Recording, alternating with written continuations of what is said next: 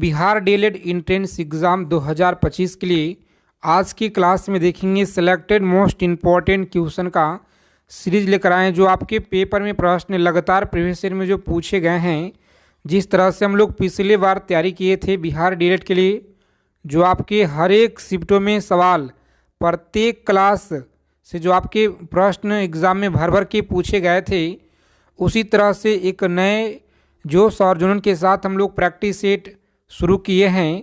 तो अगर आप लोग डेली क्लास में नहीं जुड़ते हैं तो रोज़ाना आज से जुड़ना शुरू कर दीजिए। और अगर आप लोगों को इस बार डीएलएड एंट्रेंस एग्ज़ाम को क्वालिफाई करना है बिल्कुल अच्छे नंबरों से, तो साथ ही कॉपी पेन लेकर आप लोग एक एक चीज़ों को लिख लीजिएगा। आपके पेपर में सवाल बिल्कुल 100% यहीं से देखने को मिलेंगे। तो बिना देरी किए हुए क्लास को शुरू करते हैं, बिना समय को विलंब किए हुए, क्योंकि आपका समय बहुत कीमती मूल्यवान समय है। जो साथी चैनल पे पहली बार जुड़े हैं बिहार डीएलएड एंट्रेंस एग्ज़ाम से पल पल की जानकारी प्राप्त करने के लिए, सभी साथी प्लीज़ चैनल को सब्सक्राइब कर लीजिए। बगल में एक बेल आइकन प्रेस करके ऑल पे ज़रूर आप लोग सेव कर लीजिएगा। तो चलिए क्लास शुरू होता है। सभी साथी लाइक कर दीजिए क्लास को। पहला क्वेश्चन देखिए, पूछा गया है आपकी परीक्षा में 1757 में सिराजुद्दौला किसके द्वारा जो है पराजित किया गया था। 1757 में सिराजुद्दौला किसके द्वारा पराजित किया गया था? कैनिंग के द्वारा, हेस्टिंग्स के द्वारा, क्लाइव के द्वारा, कॉर्नवालिस के द्वारा। चलिए सभी साथी आंसर करेंगे। इसके लिए आपको मात्र 5 सेकेंड का वक्त दिया जाएगा जी। और क्लास की पीडीएफ सारे कुछ आप सभी को मिलेगा, आगे हम बताएंगे। याद रखिएगा ऑप्शन नंबर सी ऑप्शन को लॉक करेंगे और आगे बढ़ेंगे। क्लाइव आप लोग याद रखेंगे, क्लाइव। चलिए देखेंगे नेक्स्ट क्वेश्चन। यहाँ पे दूसरा नंबर प्रश्न है, इम्पोर्टेंट क्वेश्चन सारे के सारे हैं आपके लिए, जो आपके पेपर में डायरेक्ट यहाँ से मिलेंगे साथी। देखिए सवाल है कि निम्नलिखित में से यौगिकों में से किसमें आयनिक बंध नहीं है? बताएंगे। क्वेश्चन नंबर दूसरा आपकी स्क्रीन पे है, सभी साथी आंसर करेंगे। निम्नलिखित में से यौगिक में किसमें जो है आयनिक बंध नहीं है? कैल्शियम क्लोराइड में नहीं है, मीथेन में नहीं है, सोडियम क्लोराइड में नहीं है, इनमें से कोई नहीं। तो याद रखिएगा सही आंसर इस प्रश्न का ऑप्शन नंबर मीथेन रहेगा, राइट आंसर। आगे देखिए अगला क्वेश्चन है 3 नंबर प्रश्न आपकी स्क्रीन पे, किस सिख गुरु ने गुरु नानक की जीवनी लिखी थी? बताएंगे। किस सिख गुरु ने गुरु नानक की जीवनी लिखी थी? सभी साथी आंसर करेंगे फटाफट से इस प्रश्न का जी। सभी साथी बताएंगे यहाँ पे।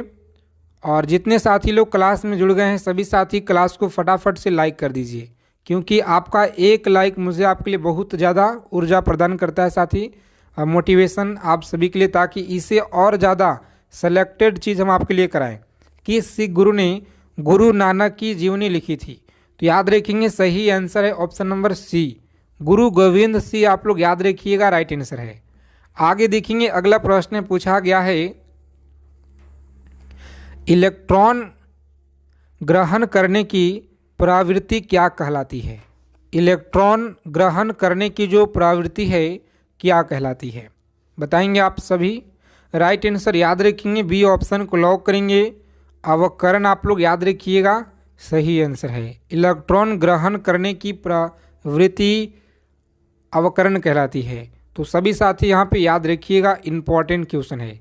चलिए आगे देखेंगे अगला क्वेश्चन है 5 नंबर प्रश्न, किस देश में दोहरी नागरिकता का जो है सिद्धांत स्वीकार किया गया था? बताएंगे। किस देश में दोहरी नागरिकता का जो सिद्धांत है स्वीकार किया गया है? भारत है, ऑस्ट्रेलिया, कनाडा, संयुक्त राज्य अमेरिका है। चलिए आंसर करेंगे सभी साथी फटाफट से। तो राइट आंसर आप लोग याद रखेंगे, बहुत ज़्यादा इंपॉर्टेंट क्वेश्चन है, ऑप्शन नंबर डी आप लोग याद रखेंगे, संयुक्त राज्य अमेरिका। डी ऑप्शन को लॉक करेंगे, आगे बढ़ेंगे। और साथ ही आप सभी का जो पिछले बार परीक्षा हुआ था डीएलएड एंट्रेंस एग्ज़ाम जो हुआ है पिछले बार, एक ही वीडियो से प्रत्येक शिफ्टों में आपके प्रश्न मिले हैं, पूछे गए हैं प्रत्येक शिफ्टों में। तो उस वीडियो का लिंक हम आपको डिस्क्रिप्शन में प्रोवाइड करा देंगे। उस वीडियो को आप लोग जरूर एक बार देखिएगा, पूरा का पूरा अच्छे से लिख लीजिएगा। इस बार भी आपके पेपर में साथ ही बहुत ज़्यादा आपको हेल्प मिलने वाले हैं उस वीडियो से। मात्र 18 से 19 मिनट का वीडियो है, तो उसे आप लोग जरूर देख लीजिएगा। इलेक्ट्रॉन त्यागने की प्रवृत्ति क्या कहलाती है? इलेक्ट्रॉन त्यागने की जो प्रवृत्ति है यह क्या कहलाती है बताएंगे। अभिप्रेरण कहलाती है, ऑक्सीकरण, अवकरण, इनमें से कोई नहीं। तो याद रखेंगे सही आंसर है ऑक्सीकरण। क्या कहलाएगी? ऑक्सीकरण। ऑप्शन नंबर बी आप लोग याद रखिएगा, सही आंसर है जी। चलिए आगे देखेंगे, अगला क्वेश्चन है, संविधान की निम्नलिखित अनुसूची में से कौन सी दल बदल विरोध कानून से संबंधित है? बताएंगे दल बदल विरोध कानून से कौन सा संबंधित है। क्लास के पीडीएफ के लिए बहुत साथी लोग कमेंट करते हैं, तो टेलीग्राम चैनल और व्हाट्सएप चैनल को आप लोग ज्वाइन कर लीजिए, ठीक है। अगर अभी तक व्हाट्सएप चैनल को आपने ज्वाइन नहीं किए हैं तो पता ना साथी आप किस दुनिया में जी रहे हैं, क्योंकि सभी भर्ती परीक्षा की तैयारी आपको व्हाट्सएप चैनल पे दी जाती है सबसे पहले। तो जाइए फटाफट ज्वाइन कीजिए आप लोग। संविधान की निम्नलिखित अनुसूचिया में से कौन सी दल बदल विरोध कानून से संबंधित है? तो याद रखेंगे आप लोग, सही आंसर है सी ऑप्शन को लॉक करेंगे और आगे बढ़ेंगे। सी ऑप्शन रहेगा राइट आंसर। चलिए आगे देखेंगे, अगला प्रश्न है 8 नंबर सवाल आपकी स्क्रीन पे बताइएगा। प्रकाश ऑक्सीकरण प्रक्रिया शुरू की जाती है। प्रकाश ऑक्सीकरण प्रक्रिया शुरू की जाती है। सभी साथी याद रखेंगे, यहाँ पे सही आंसर है ऑप्शन नंबर बी ऑप्शन को लॉक करेंगे, प्रकाश धारा आप लोग याद रखेंगे। और आज की क्लास में पूरा का पूरा मिक्स क्वेश्चन है जी। साइंस के प्रश्न भी इसमें आपको सेलेक्ट किए हैं और जीएस के प्रश्न भी। भारतीय संविधान के किस आर्टिकल में राज्य सरकार को ग्राम पंचायत के संगठन का निर्देश देता है? ग्राम पंचायत के संगठन का निर्देश देता है। आर्टिकल 32 है, आर्टिकल 36, आर्टिकल 40 है, आर्टिकल 48 है। चलिए फटाफट से आप लोग कमेंट करके बताइएगा, देखते हैं कितने लोग सही आंसर दे पाते हैं कमेंट बॉक्स के माध्यम से।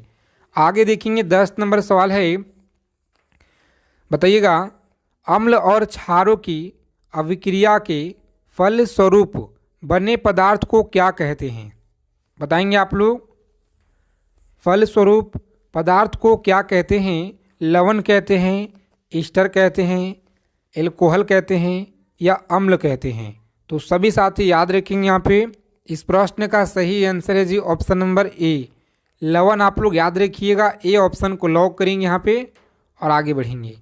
आगे देखेंगे, अगला सवाल पूछा गया आपके परीक्षा में, याद रखिएगा अच्छे से आप लोग कि भारतीय संविधान भारत का वर्णन किस रूप में करता है?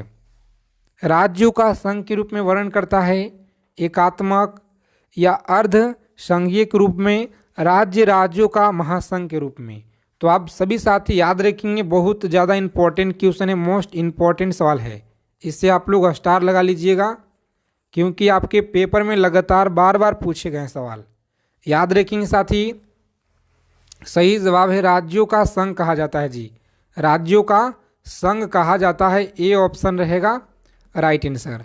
आगे देखेंगे, अगला क्वेश्चन पूछा गया है, किसी एक सामान्य व्यक्ति के रक्त का जो पीएच मान है यह कितना होता है? किसी एक सामान्य व्यक्ति रक्त का जो पीएच मान है यह कितना होता है? तो आप सभी लोग याद रखेंगे 7 जो आपका यानी कि 7.35 से लेकर 7.45 तक आप लोग याद रखिएगा। बहुत इम्पॉर्टेंट क्वेश्चन है, याद रखेंगे आप लोग, परीक्षा में बार बार पूछे जाते हैं जी। चलिए आगे देखेंगे, अगला क्वेश्चन है 13 नंबर सवाल है, संविधान के प्रथम आर्टिकल के अनुसार भारत डैश है? तो याद रखेंगे, संविधान के प्रथम आर्टिकल के अनुसार भारत का जो राज्यों का समूह है, याद रखिएगा सही आंसर है सी ऑप्शन, राज्यों का यूनियन है जी। कौन सा? यूनियन आप लोग याद रखेंगे, सी ऑप्शन रहेगा राइट आंसर। आगे देखिए, अगला क्वेश्चन है, चलिए बताएंगे आप लोग, सभी साथी फटाफट आंसर करेंगे, बिल्कुल गलत नहीं करना है। क्लास के अंत में स्कोर आप सभी जरूर बताइएगा कितना सवाल आज आप लोग सही किए हैं जी। चलिए बताइए आप लोग, अमोनियम क्लोराइड का जलीय विलयन क्या होता है? अमोनियम क्लोराइड का जलीय विलयन क्या होता है? तो याद रखेंगे आप लोग, सही आंसर है सी ऑप्शन को लॉक करेंगे, क्षारीय होता है। क्या होगा? क्षारीय। आप लोग याद रखेंगे, सही आंसर है। चलिए आगे देखेंगे, अगला क्वेश्चन है, मौलिक अधिकारों में संशोधन करने में कौन जो है सक्षम है? तो याद रखेंगे, मौलिक अधिकारों में संशोधन करने में कौन सक्षम है? सभी लोग याद रखेंगे, बहुत इंपॉर्टेंट क्वेश्चन है आपके परीक्षा के दृष्टि से।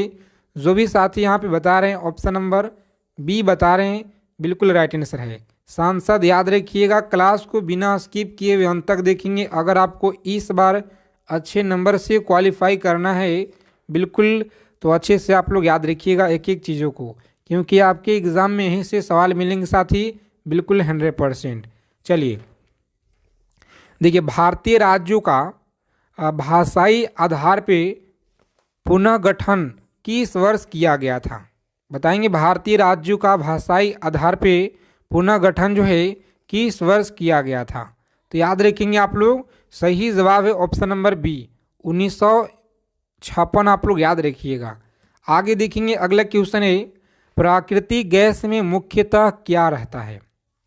बताएंगे, प्राकृतिक गैस में मुख्यतः क्या रहता है? तो प्यारे साथियों आप लोग याद रखेंगे, इंपॉर्टेंट क्वेश्चन है परीक्षा की दृष्टि से।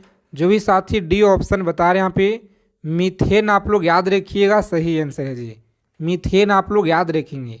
चलिए 18 नंबर प्रश्न देखेंगे, पूछा गया है कि अवध के किस नवाब ने सहायक संधि पे हस्ताक्षर किए थे?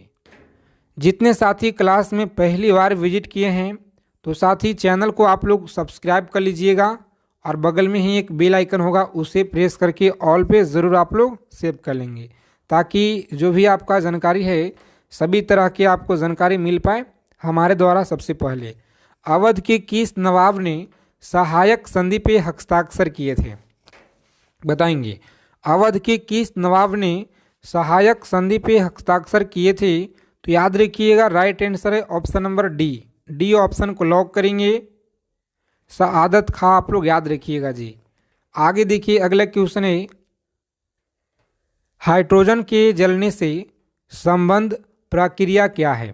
हाइड्रोजन के जलने से संबंध प्रक्रिया क्या है?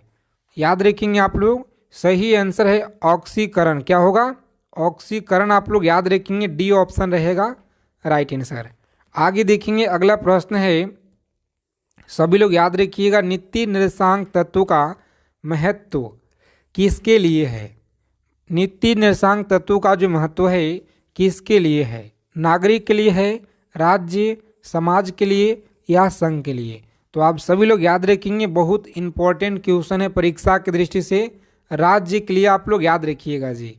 आगे देखेंगे, अगला प्रश्न है, बताएंगे आप लोग, रक्त कैंसर को नियंत्रित करने के लिए उपयोग किए जाने वाला रेडियो आइसोटोप कौन सा है?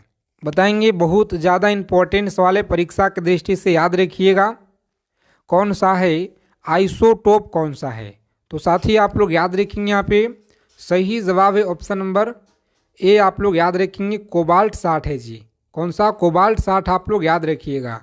आगे देखेंगे 22 नंबर क्वेश्चन, संविधान में कल्याणकारी राज्य का आदेश दिया जाता है? बताएंगे, संविधान में कल्याणकारी राज्य का आदेश दिया जाता है। सही आंसर आप लोग याद रखेंगे ऑप्शन नंबर नित्य निर्देशांक तत्व में, सी ऑप्शन रहेगा यहाँ पे राइट आंसर। तो सी ऑप्शन को लॉक करेंगे और आगे बढ़ेंगे। चलिए नेक्स्ट क्वेश्चन देखिए, पूछा गया सवाल है आपके परीक्षा में, एक एक चीज़ों को इसी तरह से आप लोग याद रखिएगा और क्लास को अंत तक देखेंगे बिना स्किप किए हुए। साथ ही क्लास को लाइक कर दीजिए और जितना हो सके अपने फ्रेंड्स के पास ग्रुप में एक बार शेयर कर देंगे सभी साथी। इलेक्ट्रॉन त्यागने की प्रवृत्ति क्या कहलाती है? इलेक्ट्रॉन त्यागने की जो प्रवृत्ति है यह क्या कहलाती है? तो आप सभी लोग याद रखिएगा, यहाँ पे इस प्रश्न का सही आंसर आप लोग याद रखेंगे जी, क्या है? ऑप्शन नंबर, जिन साथी ने बता रहे यहाँ पे ऑप्शन नंबर सी बता रहे हैं, राइट आंसर है ऑक्सीकरण, आप लोग याद रखिएगा। चलिए देखेंगे अगला क्वेश्चन है, भारतीय संविधान में मौलिक कर्तव्य को सूची निम्नलिखित में से किस भाग के रूप में जोड़ी गई थी? बताएंगे किस भाग के रूप में जोड़ी गई थी? तो सभी लोग याद रखिएगा, बहुत ज़्यादा इम्पोर्टेंट सवाल है। सी ऑप्शन को लॉक करेंगे। 4 आप लोग याद रखेंगे, बहुत ज़्यादा महत्वपूर्ण सवाल है जी। चलिए, जिस तरह से हम लोग पिछले बार किए थे, जो आपके पेपर में हर एक शिफ्टों में सवाल भर भर के देखने को मिले थे प्रत्येक क्लास से, तो इसी तरह से आपको इस बार भी देखने को मिलेंगे। बिल्कुल 100% आप सभी बस अच्छे से अपना मेहनत कीजिएगा। जितना आप लोगों को यह कराया जा रहा है क्वेश्चन, सारे के सारे आप लोग याद रखिएगा अच्छे से जी। पोलोनियम के जो आपका समस्थानिकों की संख्या क्या है पोलोनियम का? तो याद रखेंगे सही आंसर है ऑप्शन नंबर सी। कितना है? 27 आप लोग याद रखिएगा। चलिए देखेंगे अगला क्वेश्चन है, निम्नलिखित में से कौन सांसद का अन्य भाग नहीं है? कौन जो है सांसद का अन्य भाग नहीं है? तो यहाँ पे आप लोग याद रखेंगे ए ऑप्शन रहेगा राइट आंसर, उपराष्ट्रपति आप लोग याद रखिएगा। आगे देखेंगे अगला क्वेश्चन है, वे पदार्थ जो जलकर ऊष्मा प्रदान करते हैं वह क्या कहलाते हैं? वह पदार्थ जो जलकर ऊष्मा प्रदान करते हैं वह क्या कहलाते हैं? तो आप सभी लोग याद रखेंगे ईंधन कहलाते हैं जी। क्या? ईंधन आप लोग याद रखिएगा, बिल्कुल सही जवाब है। चलिए देखेंगे अगला क्वेश्चन है, भारत की पार्लियामेंट का उद्घाटन कब हुआ था? भारत की जो पार्लियामेंट का उद्घाटन है यह कब हुआ था? तो याद रखेंगे डी ऑप्शन रहेगा राइट आंसर। कब हुआ? 1927 में। आप सभी लोग याद रखिएगा, बिल्कुल सही जवाब है जी। आगे देखेंगे अगला क्वेश्चन है, पूछा गया सवाल आपके परीक्षा में, लोहे पे जंग लगना किसका उदाहरण है? बताएंगे लोहे पे जंग लगना किसका उदाहरण है? तो आप सभी लोग याद रखेंगे, बहुत ज़्यादा इंपॉर्टेंट सवाल है परीक्षा की दृष्टि से। जो भी साथी यहाँ पे बता रहे हैं ऑप्शन नंबर सी बता रहे हैं, ऑक्सीकरण आप लोग याद रखेंगे जी। ऑक्सीकरण आपका राइट आंसर है। आगे देखेंगे 30 नंबर सवाल है आपकी स्क्रीन पे, कि निम्नलिखित में से किस वर्ष संविधान में मूल कर्तव्य को अनंत स्थापित किया गया? बताएंगे आप सभी, राइट आंसर क्या रहेगा? सभी को बताना है फटाफट से कमेंट करके। तो आप सभी लोग याद रखिएगा, ऑप्शन नंबर सी ऑप्शन को लॉक करेंगे। 1976 आप लोग याद रखिएगा, सही जवाब है। चलिए 31 नंबर सवाल है आपकी स्क्रीन पे जी, BNCAP का जो क्या मतलब है? क्या? तो बी और एन, सी और पी, इसका मतलब क्या होता है? इस प्रश्न का आंसर आप सभी कमेंट बॉक्स के माध्यम से बताइएगा। देखते हैं कितने लोग सही जवाब दे पाते हैं। आगे देखिए, भारत के किस राज्य में समान नागरिक संहिता लागू है? तो याद रखेंगे समान नागरिक संहिता लागू है। ऑप्शन नंबर ए आप लोग याद रखेंगे, कहाँ पे? गोवा आप लोग याद रखेंगे, ठीक है, गोवा आप लोग याद रखिएगा।